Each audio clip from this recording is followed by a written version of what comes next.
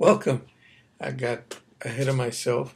Uh, this is Dr. Ray Ramirez, and want to welcome you to this episode where we're going to talk about the grading rubric that we're going to use for your final project. This rubric is going to be used for this course by myself, Dr. Ramirez, Dr. Garcia, and Dr. Petty. We will be using this, and hopefully I'll explain this, and the other instructors may add more when they meet with you. First of all, there are going to be certain grading criteria that I'll be going over in this episode.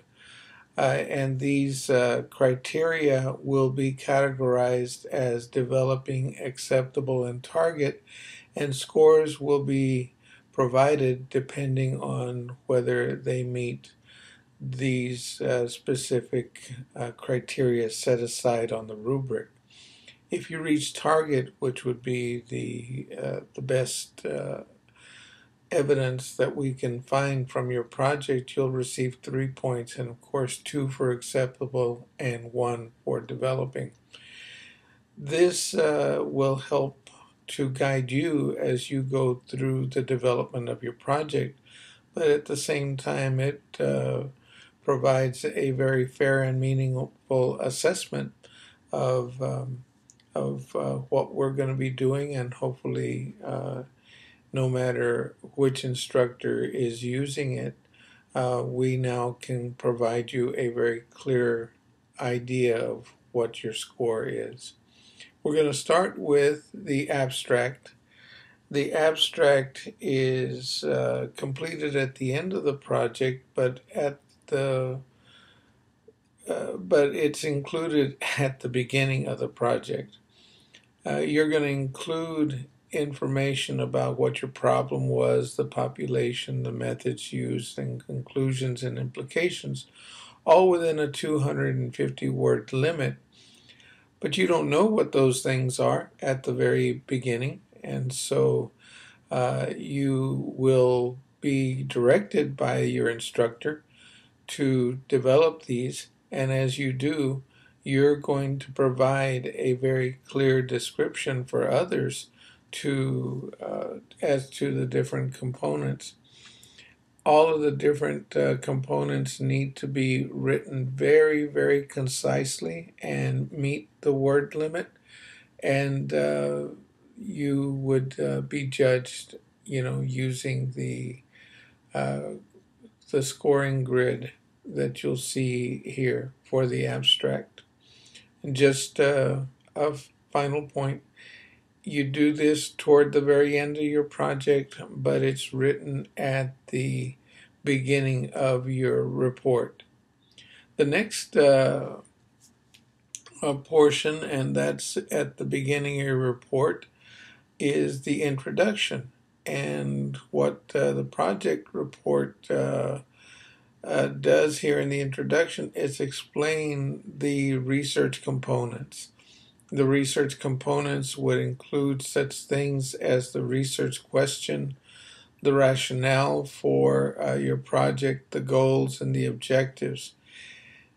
You might want to keep in mind as we go through the other criteria that all these components must be supported by research, and research literature will be provided to you by your instructors, but you're going to be doing probably 80 or 90% of the research literature specifically that meets your particular project. The syllabus outlined how you're going to reach your intended outcome, and we're going to look at this in your introduction. Let's look at the next component. The next component is what I was just referring to. 80-90% of the literature that you're going to look for is written in the literature review. We're going to ask that you develop annotated bibliographies as a way of beginning to collect and think about the literature that you're reading.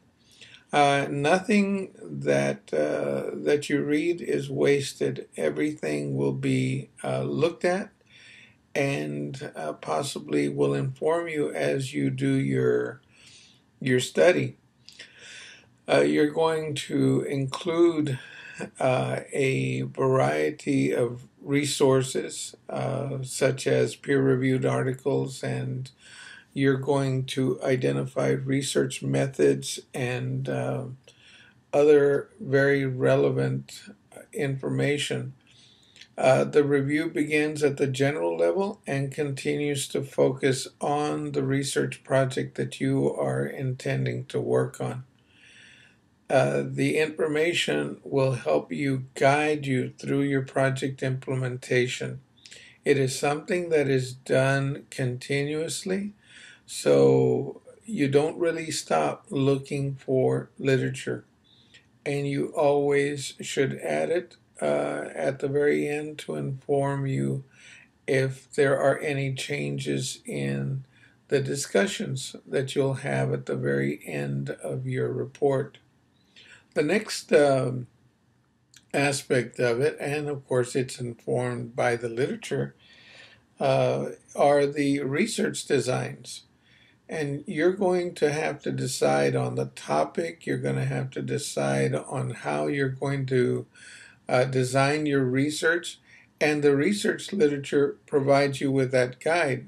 However, you need to write that down. The instructor I will make, and Dr. Petty and Garcia will make some recommendations as you go through it so that you can develop a reliable pathway for getting your project completed.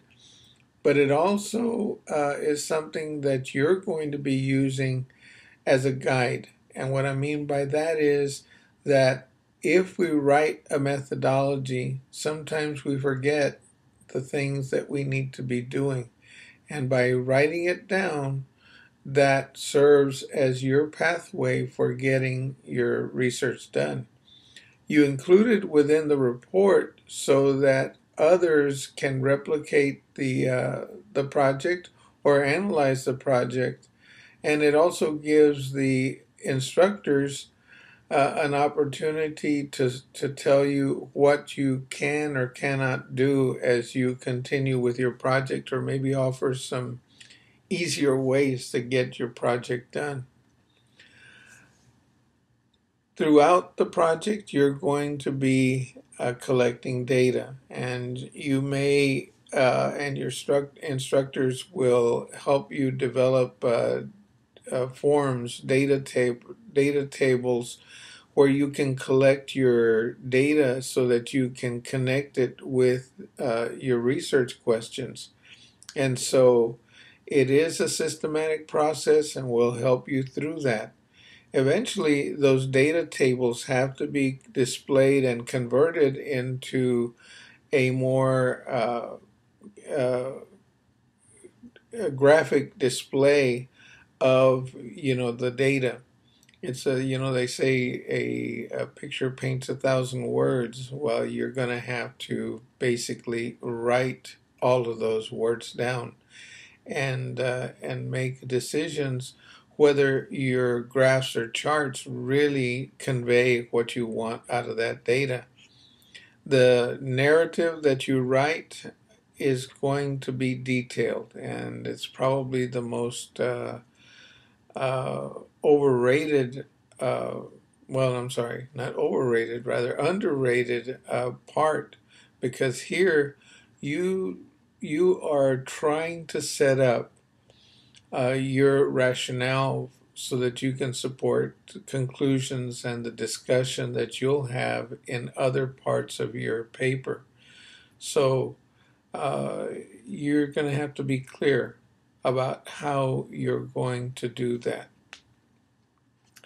The conclusions are grounded in the results of the study, and they are connected to the research questions which were guided by your literature, which were guided by your methodology. Here's where you basically have an opportunity to tell someone what it is that you really found out by conducting this activity.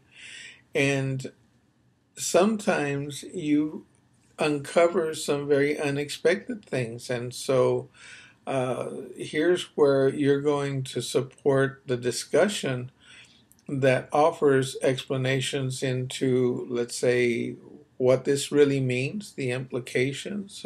Maybe you discovered, well, there's an easier way, and you make some recommendations, but it also gives the reader an idea that you're really thinking like a researcher and exploring future possibilities of research. I think this is a very good and healthy way for you to begin thinking of yourself as a teacher researcher. The other thing that happens is that if there are modifications to the research design that you want to implement in future studies, here's where you might want to outline it. Or maybe toward the very end, you found some literature that may have that might be tested later on. We start off at the very beginning, collecting articles, reading articles. You'll be doing your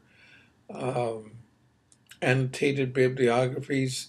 All of this is information that you're using in your paper. However, that you do use in your paper needs to be written so that you clearly cite what you have uncovered as evidence that you've read and incorporated that information in your investigation. You also want to tie that literature and connect it to the problem, the research questions, and everything else that you do all the way to the analysis. Finally, the bibliography gives credit to those who came before you, those that guided you through their writing and in conducting the research. And it also allows you to separate their work from any new evidence that you may have brought to light. Now, there are conventions that you will need to use in order to write down all of this information in your report. And what we do is we use an APA format. In education, we use those formatting conventions developed by the APA, or American Psychological Association. And every educational researcher must follow these conventions, and that will be looked upon, along with looking and making sure that you follow the APA format. You have to be accurate. And so we're also going to not only judge the conventions that you use, but also looking at any grammatical or spelling errors and trying to limit those to as few as possible in your APA format.